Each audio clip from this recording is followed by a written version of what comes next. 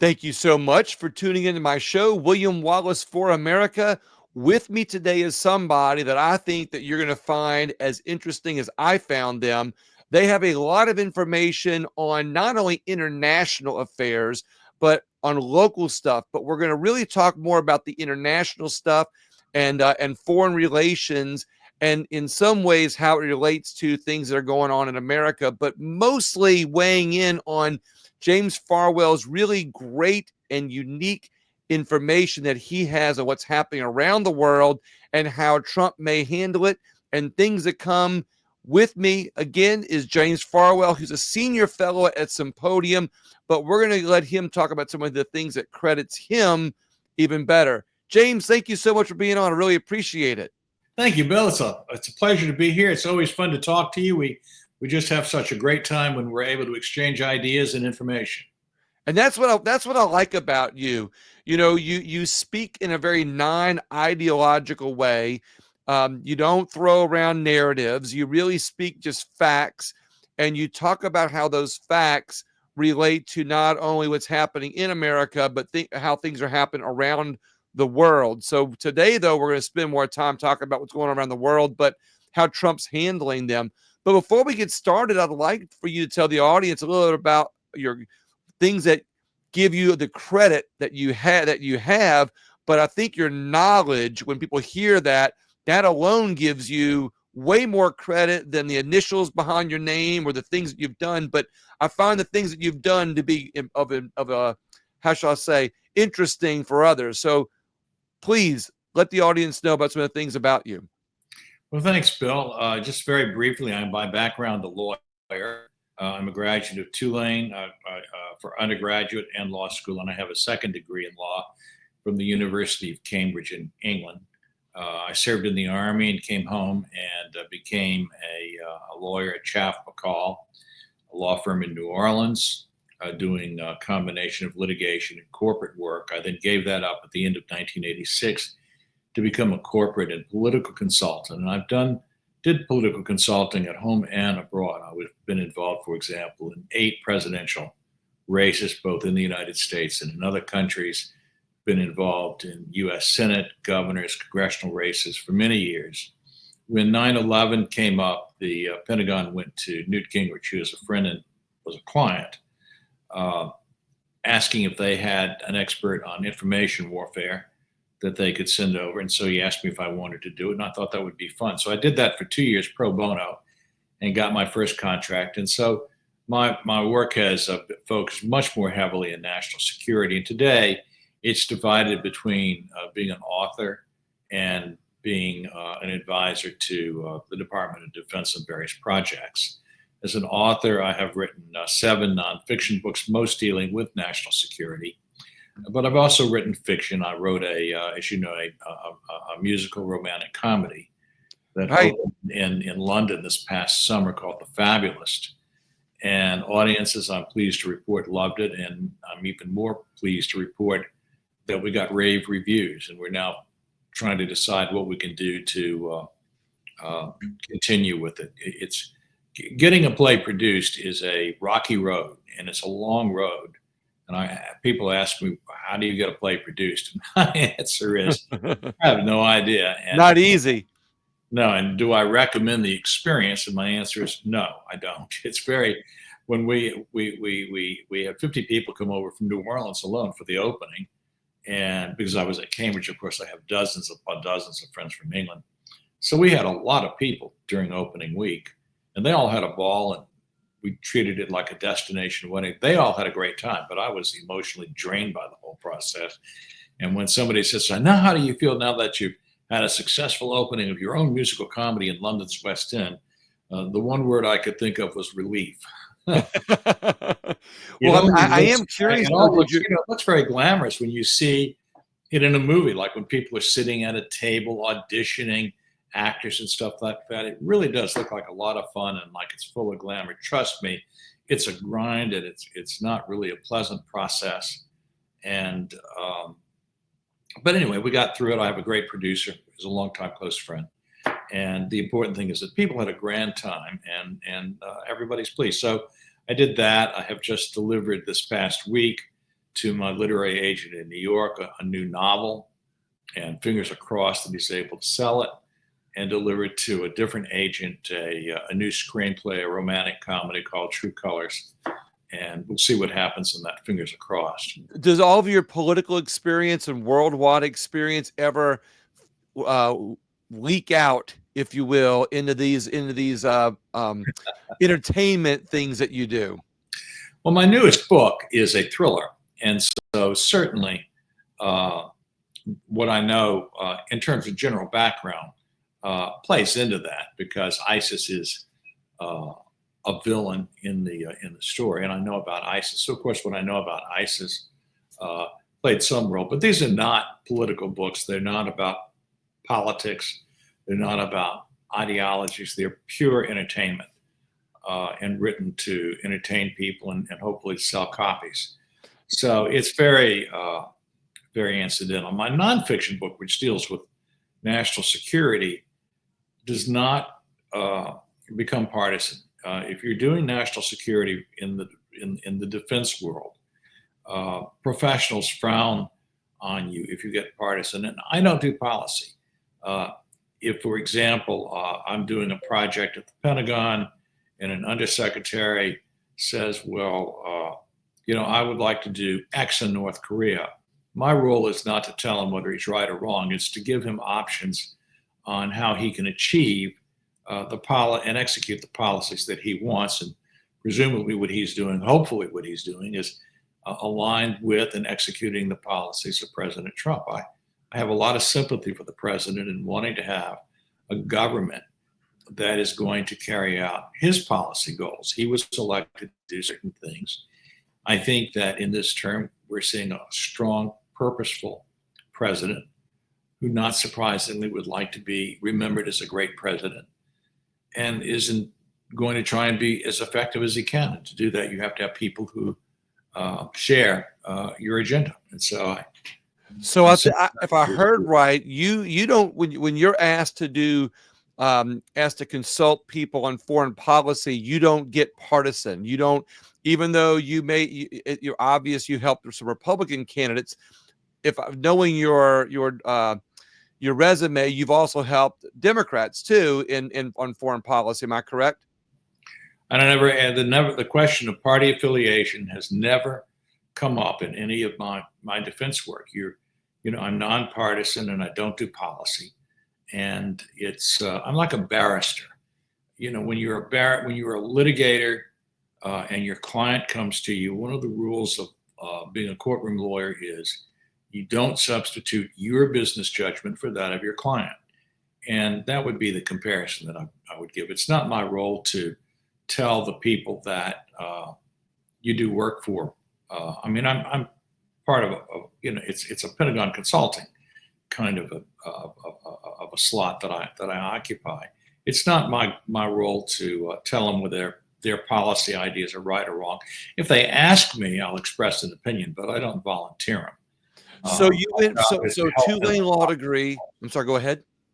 And my role is to help the people I work with accomplish their goals. They tell me what they want, then I help them do it. I'm a problem solver. I'm result oriented, but I'm not there. Nobody elected me to do anything. And in my case, in this administration, my job is to help the president achieve his goals, not to tell the president or his people what their goals ought to be. I love this. So you went from two-lane law school. Obviously, you're a New Orleans guy. So two-lane law school, two-lane into two-lane law school on the private practice. You have a degree from Cambridge, if I understand right. You're a senior fellow at the Sympodium Institute. How did you make a segue, or where did you get the knowledge base to be able to go on and consult presidents and presidential candidates and other people on foreign affairs? Where did you get that knowledge base? Where did that stem from? Well, I've always been interested in the topic and always studied it.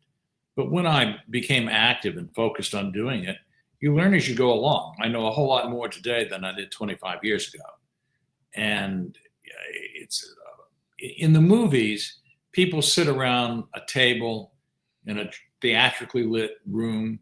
There's a big circle circular table, and you've got generals and admirals and all these people and big computer screens up, and they're sitting there debating decision making and what to do. That is not the way decisions are made in national security. The discussions, the pre-decision modes are done in writing. You write memos and you write analyses. And you then then what you will have is a decision point meeting at which you summarize things in a few slides, give decision points, and then when the people you serve go above to policymakers, they do the same thing. For example, when George W. Bush went to war in Iraq in 2003, the big final meeting, which had a lot of people in it, I wasn't there, but I know a lot of people who were, but they used 4 slides that were the basis of the decision that the president made. Now, they probably had 300 backup slides in case he had questions about anything. But my point is that the way that decisions are made in national security in the movies is a fantasy. It has very little to do with the way that things are actually done in national security. So am I figuring this out correctly? So you get all the, you have all this, you have this interest in world affairs. You're probably writing books, memos. You're probably writing, I would say dissertations, maybe, if I'm saying it the right way. And you're sending this information to other people. You're publishing your work. Eventually, people start saying, "Hey, this guy James Farwell really has a knack for foreign affairs." So then you start consulting people. You become known in the industry. Of course, you're a fellow at the Sympodium. You probably you've got the credentials at Cambridge and Tulane, and all of that word just starts getting out. You're off to the races, so to speak. And now you've got all this great information that I want to start sharing, just a little bit of your knowledge base, based on what's happening today at countries around America, in countries that are affecting America, we'll say. They're kind of circling us in ways. They're salivating in ways, eager to see us fall or fail, if you will. And a lot of people right now are scared about how the Trump administration is going to handle those foreign relations and handle that. And a lot of people, I guess, like I said, we know that China, Russia, and the Middle East would love to see us fail. They're probably circling the wagons.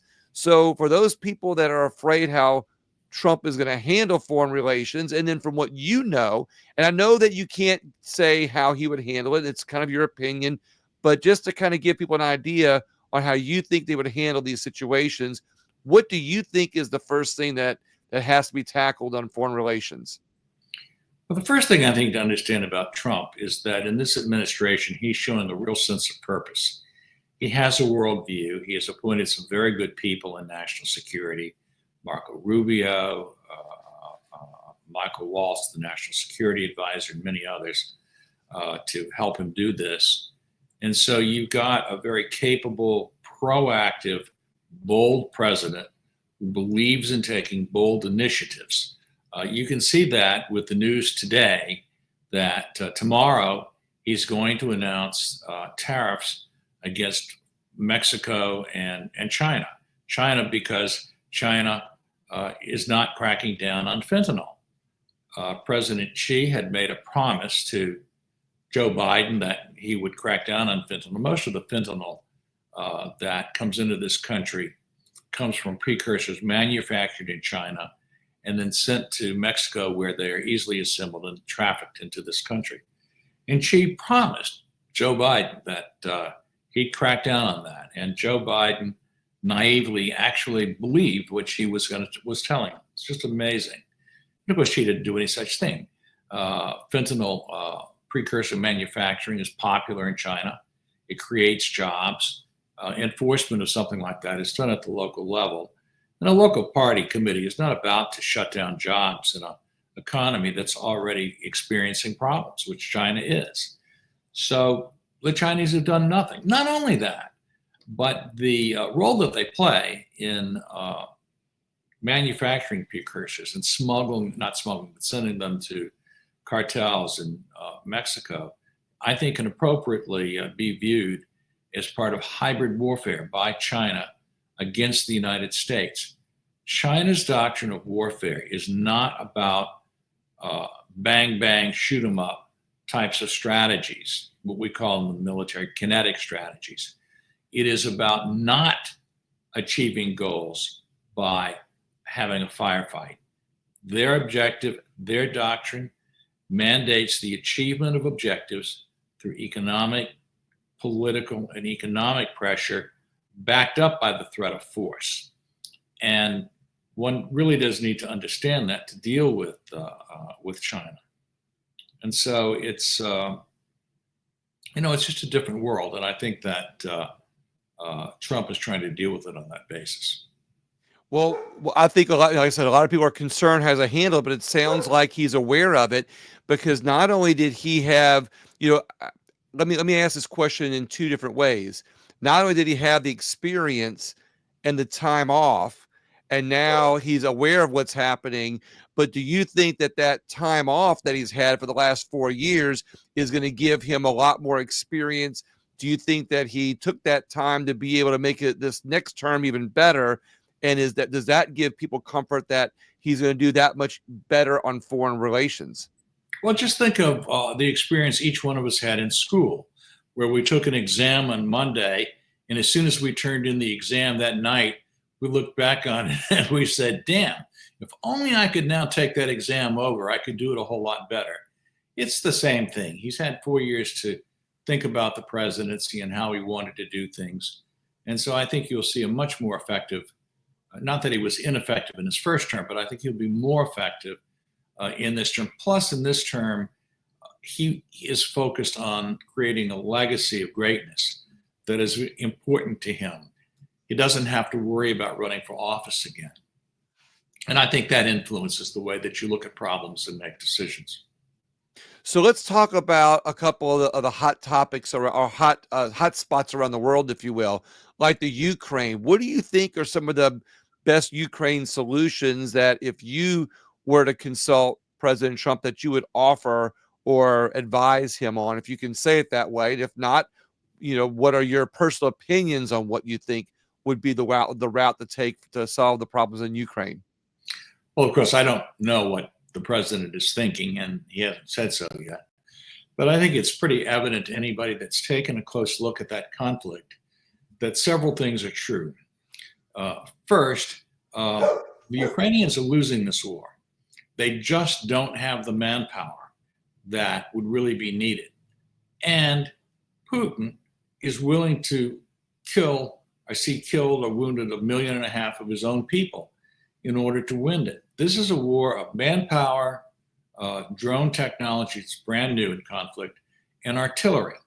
And Putin has put Russia on Russia's economy on a war footing.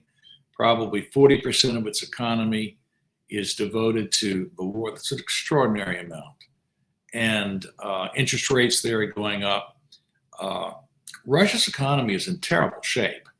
And in the shorter term, he has an advantage. If this war continued to go on and on and on, then it would be really bad news for Russia. I'm not sure how well the Russian economy could stand it.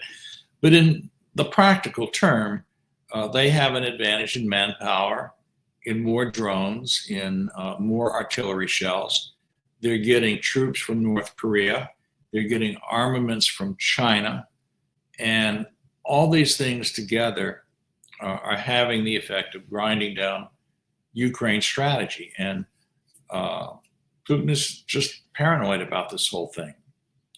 It's like no price is too high to pay. On the Ukrainian side, we see a very courageous country with a courageous leader. They've done a very good job in some ways. There's a great story in the New York Times today about or the Wall Street Journal about how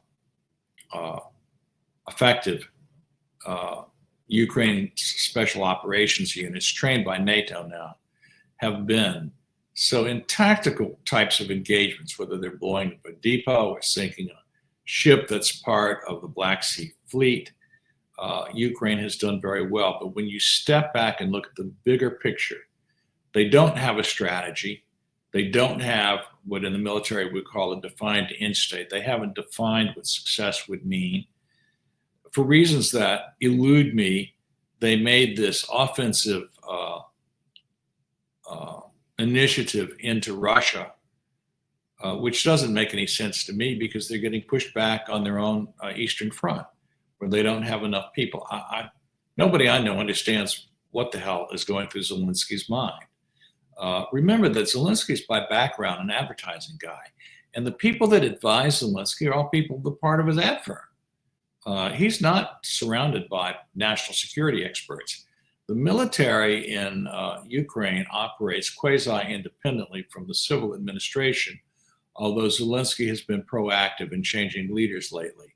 Whether those changes have been good, bad, or indifferent, or what has motivated them is not entirely clear. The thing to understand when you judge this war is that neither side tells the truth about what they know. And you have to judge all statements with a degree of skepticism and just look at the facts and see how they unfold. For people who are watching this, who want to know more, there is a website that publishes a report every day. It's called the Institute for the Study of War. And you can Google ISW and get on their newsletter. And it's the authoritative newsletter that all of us look at to understand the dynamics of what's going on in the ground. I'm gonna have to look that up. But what interests me now with the Ukraine is that you've got North Korea getting involved in the war. You've got China, kind of tantalizing us that they might get into the war. And I've heard, there's even countries in the Middle East that are trying to get involved in the Russia-Ukrainian war. So with multiple fronts like that happening, how does Trump dissolve that, if you will? Or and I'm kind of bringing another thing in here that you mentioned before too, is that if Russia's economy is fragile at the moment, is it in Trump's best interest to let them drag out the war and watch Russia's economy, falter and fail and watch that dissolve? Or is it more dangerous to allow that to happen, knowing that other countries are getting involved in this? So how does Trump dissolve that alliance? It's not easy. It's what in the national security we refer to as a, quote, wicked problem. It's just tough. I think that Trump's initial instincts are correct, that it is in the interest of the United States and Ukraine to bring this conflict to a close. But we need to bring it to a close on a basis so that we don't create an armistice that merely gives Putin breathing room to rebuild his army and then attack Ukraine again. It would not be, it would not be in the interest of the United States, much less Europe, to see Putin win. Remember, Putin has been very clear that in his opinion, the greatest tragedy of the 20th century was the collapse of the Soviet Union. He sees himself as a modern Peter the Great. He would like to revive the Soviet Empire, and the incursion into Ukraine, from his perspective, would merely be the first step. If he were successful in Ukraine, I assure you his eye will then turn to the Baltic states, and we would have a European war. That's just not in the interest of the United States. And similarly, when you look at the money that we spend on Ukraine, it's been a lot. But there are two things that I think people overlook when they think about it. The first is that, let's take the $60 billion that was appropriated by Congress at the end of Biden's term.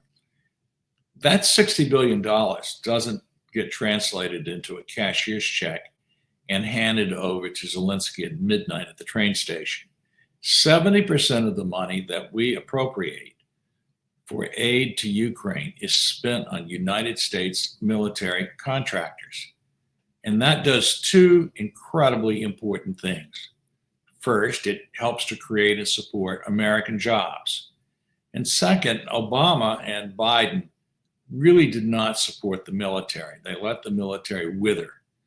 And when you look at China as a pacing threat that's building a huge navy, has a huge army, is doing everything it can to build up its military, even though its doctrine eschews the idea of actually going to war. And you compare that to the sort of bare cupboard that we have. We need to reinvigorate our defense industrial base. Forget whether we only use it in Ukraine. We need to be able to get our defense industry back on its feet for the protection of our country, to implement the So president. it's almost like what I'm hearing is it's almost like, giving money to Ukraine helps build our military up because that money is being, and I hate to use the word laundered, but it's basically filtering through, if you will, through America, defense contractors in America and through our military, through our own military. And as that money filters through there, it helps American jobs and helps America and it helps, keep, I guess, if you will, those American defense contractors keeps all their people trained because they're always making and manufacturing Right. and they're staying efficient. So it helps us out in the long run. Is that correct? Yeah, we don't hand checks to Zelensky to go spend at a bar. What they get are weapons and they get munitions and things like that. The money, most of the money, I mean, there may be some cash that's given to them, but it's not, relatively speaking, it's a small amount. What we're providing to them is military aid and assistance, and most of the money gets spent on that.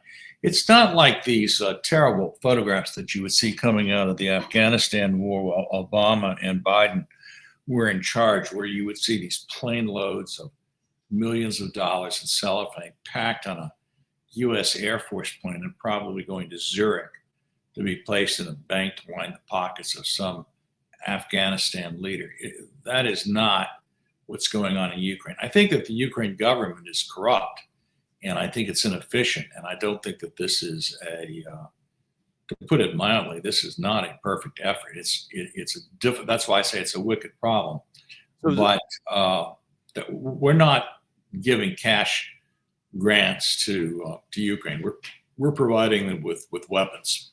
So to put a bow tie or ribbon, if you will, or to tie up the Ukraine topic one last time, is it better for Trump, or just in your opinion, is it better for America to play the long game and watch Russia's economy collapse, or is it better to play out foreign relations as a way to try to ease out the other countries through their tariffs or other negotiations to get them to back off to let this Ukrainian situation, I guess, calm down, if you will, through just negotiations?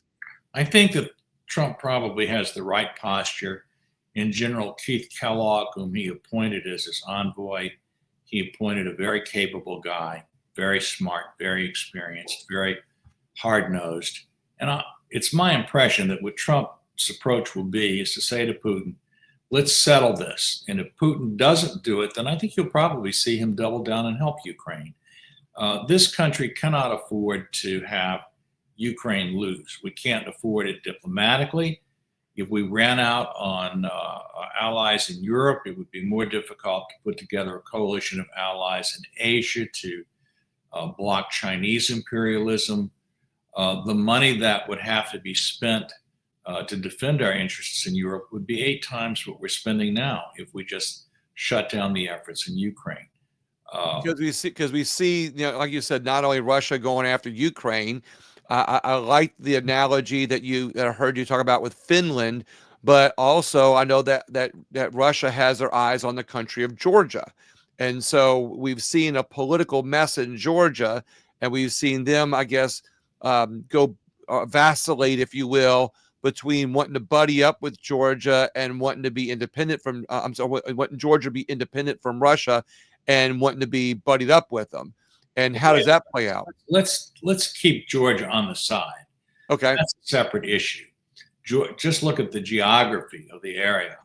The people of Georgia would like to be aligned with the West, but the geography of Georgia makes it somewhat difficult for them to really break completely free from Russian influence. And we saw that some years ago when Georgia foolishly tried to start a kinetic engagement with Russia. And although Russia found out that its army wasn't any good at that time, it just didn't work. I think you've got to treat what we do with Georgia differently from, say, what we do with Poland, or Estonia or somebody like that. It's a Now different. China's on the move though too. So how does you mentioned earlier in our interview here that that Trump's announced tariffs against Mexico and against Taiwan, but we know that China's is having some aggression issues. We'll say they're building their military, as you pointed out. They're a creator of fentanyl, and then China, just like Russia, wants to reunite the Soviet Union. China's going after some countries because they want to reunite their kingdom. I'll say, how does that play out? If you can give some information on how that's with the direction that's going in, if you will, but how does Trump solve those issues? Well, let's unpack what you just said because you've raised a lot of separate issues. I'm sorry. Let's talk about tariffs first. As I understand what the administration is doing, it's using the threat of tariffs or the imposition of tariffs against Mexico and against China as a tool to force them to deal with the drug problem, their trafficking problem. And it's narrowly gauged in order to achieve that goal. Where that winds up remains to be seen. Tariffs on Canada are about economics and different issues. In terms of China, that's just a whole different world. China's not trying to reunite its empire. It's trying to expand what it's got. Its doctrine, which you can read, it's got about a 500-page document that you can find online, purports to say that China wants partnership and peace and mutual dependence and really has no interest whatsoever in expanding beyond its own kingdom. The problem is that its definition of what constitutes that kingdom keeps changing and keeps getting bigger. And so the goal right now on China that I think you'll see from this administration is to keep China from becoming a dominant power in the Southeast Asia region, as well as, of course, keeping it from achieving its goal of being globally dominant economically by the year 2050, which the Chinese refer to as the China Dream.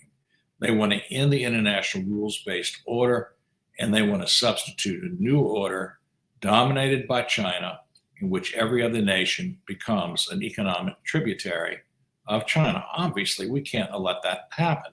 That involves their having advantages over our companies and people in trade, in being able to do business abroad.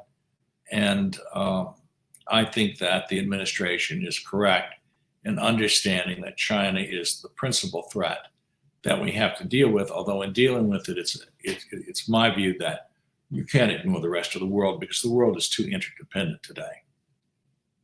In other words, when you talk about that they want to break down these international laws, it's almost like making everybody subservient to China's, authoritarian, I guess, dream, if you will.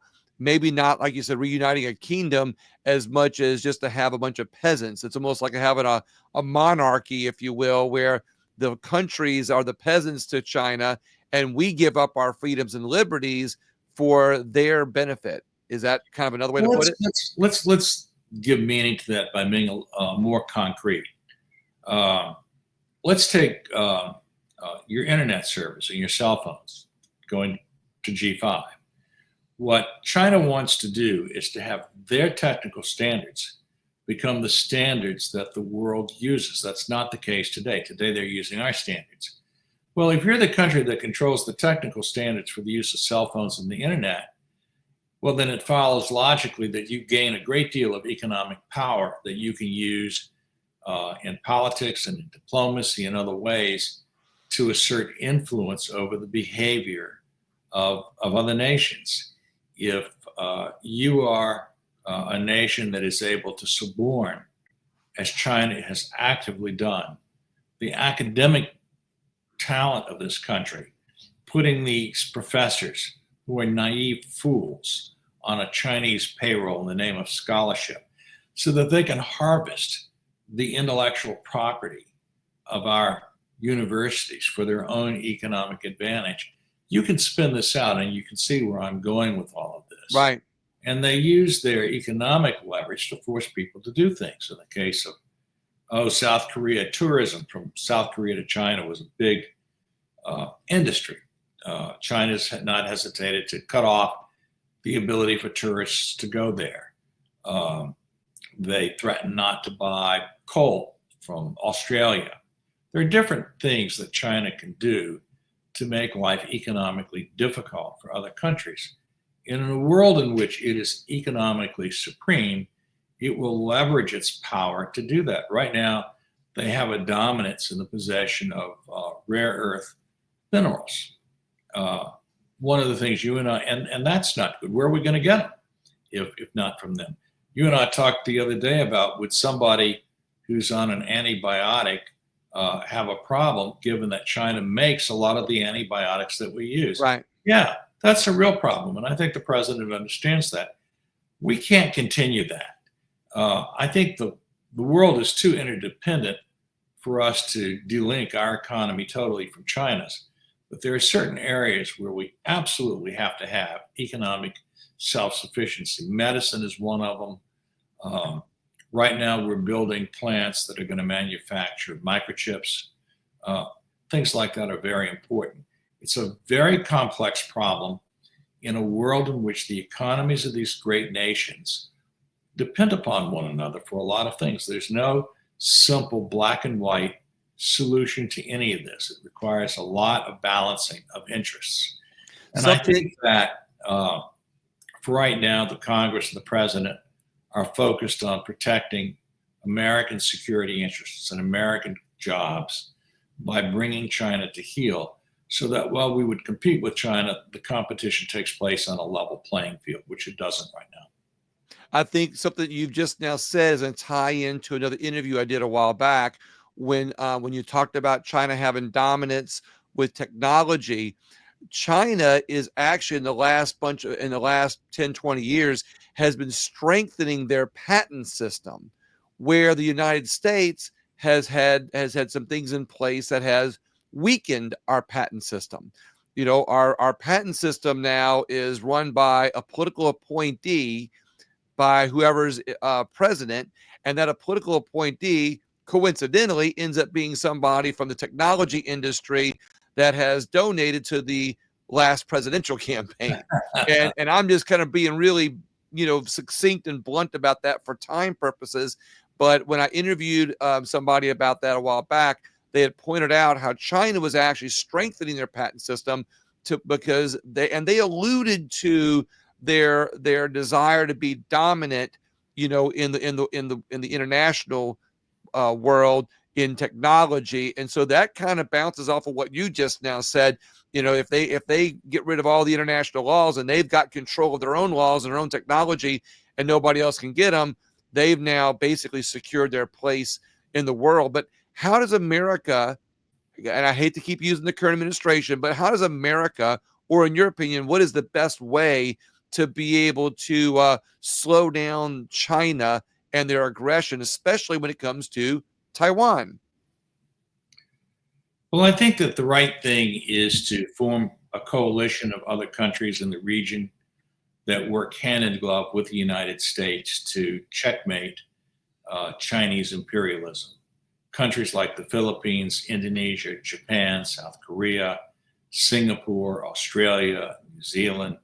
I don't think that you would find that India, which is now the most populous nation, would join that alliance. On the other hand, it is in the strategic interest of India to stand tall against China. And the thing we need to guard against with our policies, and this is one reason why I think maintaining our alliances in Europe is so important, because if people in Asia don't think we'll stand by them, then they will not stand by us, is that what China will attempt to do is pick off these nations one by one and cut side deals with them and say, well, we'll give you special privileges if you align yourself with us. And it's not in our interest to allow that to happen. Well, it sounds to me like you've got a good eye on this, and it also sounds to me like America is going to win in the end. Am I hearing that right? It sounds like with the leader we have in DC right now, who sounds like they're very aware of what's happening. Do you think that America comes out on top? I think that Trump gives us the best possible chance of coming out on top. Okay. I actually like that answer better. A whole lot. Well, let's continue with that region. South Korea is punishing their leader right now. They're in South Korea for whatever their reason might be, political, whatever their reasoning is, while North Korea's leader is starting to flex his muscles. What are we seeing in North Korea, South Korea? Are we seeing them? Are they sending indications that they're buddying up with China, as in the case of North Korea? What's happening in South Korea? How do we unravel that mess? They're completely separate. So understand that you need to deal with these as separate problems. I did the presidential election in South Korea some years ago, so I'm pretty familiar with Korean politics. What happened in Korea was that you had a president who tried to assert authoritarian power, and the Koreans rose up and said, no dice. And so that guy's likely to wind up in prison. It's really just that simple. The democracy in Korea is a grassroots thing. When we were doing the campaign there, we did focus groups with, as an example, with people who were like managers of a 7-Eleven. And the focus groups were done in Korean, of course, but I had 3 translators with me, so that our team did, so that we got an accurate translation of what was going on. We didn't want a summary of it. And I have to tell you that after 30 minutes, I halted the focus groups because I felt like I was in a graduate university political science department discussion. The detailed knowledge that people who were truck drivers and managers of things like small businesses and 7-Elevens had of Korean politics was astonishing. They could all name every member of the Korean parliament. And I called the people handling it, and I said, look, I really don't want your interpretation of what these guys are saying. I just want a word-for-word translation. And all our translators said, no, you're getting that. The point is that in countries like Korea, where democracy is fairly new, it was a dictatorship for most of the period after the Korean War until the early 90s. And people get democracy. South Korea? They really do treasure their rights. And so they keep themselves informed, and they are willing to become activists to protect their freedoms. And it's an interesting thing about South Korea that it's done that. They're a fledgling democracy. Then, I figured, it's a pretty sophisticated democracy right now.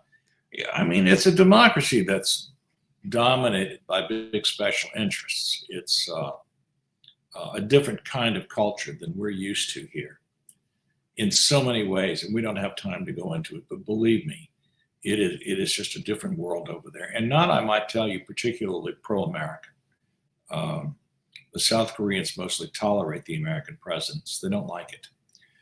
North Korea is a different situation. Kim Il-jung is a dictator, and he runs a dreamlike country in which 2/3 of the country is starving. It's a racist country. Everybody who's not Korean is viewed officially as inferior to Koreans. It is, to put it mildly, intolerant. They don't produce enough food for their people. It's always on the edge. I tend not to worry too much about what will happen with North Korea. I don't see North Korea starting a war because the fact of the matter is that the elite that runs the country likes its privileges and its lifestyle. If you are a part of that elite and you live, let's say, in Seoul, where you need special permission to live, you sort of lead the life of somebody that lives in Youngstown, Ohio. I mean, it's a very, by our standards, somewhat normal middle class life. You don't have freedom of political expression, but economically, you have a pretty decent life. It's not true of the rest of the country, which is starving to death and is repressed. And the last thing that I think that Kim wants to do is to start a war. And if for any reason he wanted to start a war, it wouldn't be with the United States, it would be with Japan. The history of Japanese repression up through World War II of Korean people, using its women as prostitutes, and the mistreatment of the Koreans has led to a lot of justified bitterness in both North and South Korea against Japan, which is next door. So if we were ever going to see a war take place in which North Korea flexed its muscles, my guess is they probably target Japan, but I just don't see them doing that. So maybe what we're seeing with Kim Jong Un in North Korea, the flexing of his muscles isn't so much to start a war or instigate the United States. It's more to maintain power within his own country, Right. because he's showing his strength. Right. Got it exactly. That's pretty amazing. That now but so basically what I'm hearing is America doesn't have to do anything at all with North Korea. It's basically having that acknowledgement, just letting them go. South Korea really interests me because I really thought that, South Korea became a democracy after the Korean War, but you're telling me it's as recent as the 90s. If I heard that right, what did they do between the Korean War and the 90s? Were they just kind of in no man's land? Run by a quasi-military dictatorship. And the people eventually rose up and created this democracy that they have today. There was an evolution in which basically people demanded democracy. The United States pressured them to become democratic, and it just finally did. But you're going into the 90s before you really see that, or maybe the end of the 80s before you really see that happen. And you see how fragile it is, because this guy who is the current president tried to suppress democracy in South Korea. He failed because the people rebelled. But what I find interesting is hearing how fresh of a democracy they are, even if it went back to the Korean War, but knowing that that's really something that is fresh in the 90s, which is, recent times, to hear how passionate the people are about freedom. They have not become complacent like Americans are with their freedoms that we've had for 250 years. And so of course it goes back to the Titler cycle. So, I'd have to be curious. I might ask you about that with the Titler cycle. Where do you think America is on that cycle? Which cycle? The Titler cycle, which is where, where we become passionate about freedom, and then we fight for freedom, and then people become complacent about freedom, and then we fall and have no freedom. Well, I think Americans very much, care about their freedoms. What we have is a toxic political environment in which the meaning of freedom and the rights and duties that go along with it lend themselves to very different interpretations. It's one of the reasons our politics today are so polarized. It was Alexander Titler that created the Titler cycle, and the Titler cycle is basically the cycle of a nation, where it goes from bondage to spiritual faith to courage to liberty to abundance, and then they become selfish and they become complacent. Then apathy sets in, dependence sets in, and then we go back to bondage. And that's basically the Titler cycle, which is interesting to me to hear about your evaluation of South Korea on how they have a passion for democracy. But we won't stay there. I have another I'd like to move on a little bit with you. With great hope for America's economy to recover with this new administration. We all know where we've been for the last 4 years, we'll say, but times have just been hard in America, and now there's a lot of excitement about our economy. And while you're not an economist, I understand that. I'm tying this to the world's unrest. Right now, there's so much unrest in the world. Does that unrest in the world help or hurt America's economy? I mean, it sounds kind of like a weird question to ask, but I want to tie America's economy to what's happening with politics in the rest of the world and get your opinion on that. Well, I really think we have to be careful not to exaggerate. The world has always been full of tension and full of risk. Let's go back to the 1930s. The word that describes the emotions that people felt on a day-to-day basis during that period was fear. Fear that they wouldn't have enough to eat, fear about whether there would be a war and what was coming, and so on. We then, after World War II, went through a somewhat unusual period in our history in which we had abundance. We were the world's number one power. People felt secure, and that lasted until the Vietnam War, which I think sharply divided and eroded morale in this country. The Civil Rights Revolution, which was a necessary thing, nevertheless, upended a lot of carts and also created tensions which have persisted. That period from, let's say, 1950 to 1991, we had a Cold War on. People worried about whether we would have nuclear war. Reagan went to Reykjavik in order to try and make a deal with Gorbachev on nuclear weapons. That was just in the 1980s, less than a decade before the Soviet Union collapsed. It then collapsed, and then there was what was thought to be the opportunity for this great new world, and that lasted about 10 years. And then since then, the tensions have come back. They're just different tensions manifested at different times and in different ways. We went to war against Iraq in 1991. We went to war against Iraq again in 2003. We've always had these tensions with Russia, which is an imperialist nation that has always wanted to seize new territory for itself and become more dominant, is insecure and thinks that it doesn't get the respect that it deserves.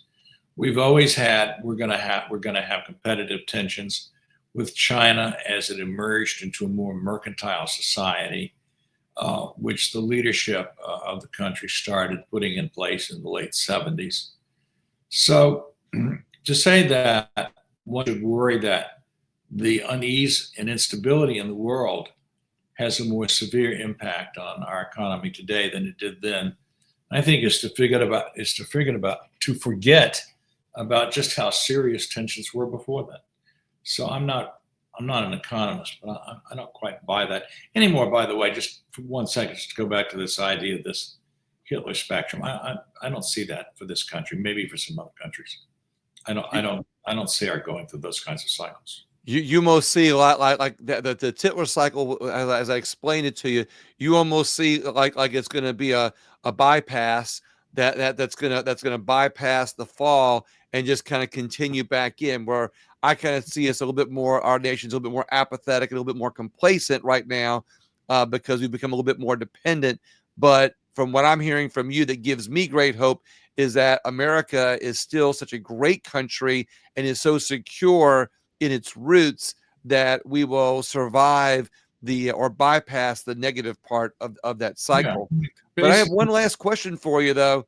I know we're getting ready to sign off here, and I'm gonna have you on again sometime.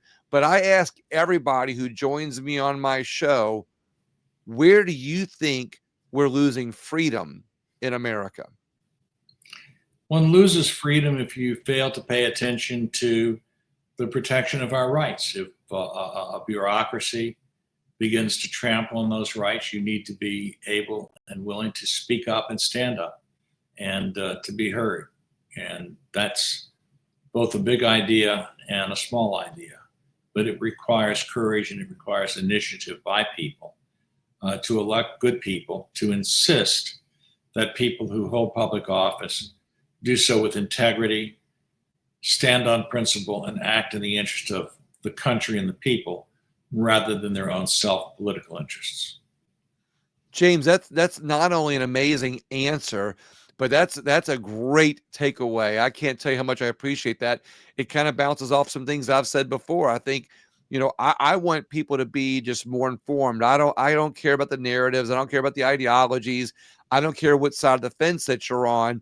I just want people to be informed because the parties right now have divided us up on narratives and ideologies and on politics in such a way that we're not informed anymore. And it's that lack of it's that ignorance, if you will, of what's going on in the world, what's going on in our country, that allows the parties to put candidates in front of us that were given poor choices sometimes.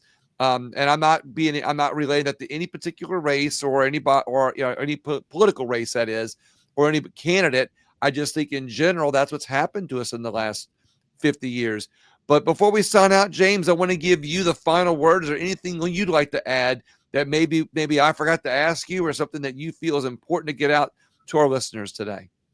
I think that we need to approach politics in our future with optimism and with enthusiasm, to apply ourselves to our tasks in our personal lives and in the public forums with cheerful persistence, and to be a nation of faith, which I think is very important for people to have individually, and to understand that faith has sustained this nation through perilous times and through good times and prosperity, and it will continue to do so. And I really do have faith in people and faith in this country's future.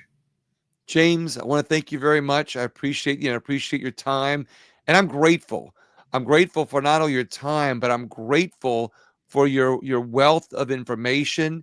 You truly have a capital of a capital of intelligence, we'll say, that is, your I guess your real wealth is in the knowledge that you have. And I just commend you for being a positive, informative force in our country. And I thank you very much. And before we sign out, please hang on there for 1 second. I want to ask the audience, please share this interview. Share it with some friends that you think might be interested. And I'm going to put it on record that, James Farwell, you have been one of my favorite interviews in the last few years, and certainly one of the most informative. And I appreciate your time. Thank you very much. Everybody else, please share the podcast, share the video, and please stay tuned for more with William Wallace for America. Thanks, Bill. Thank you.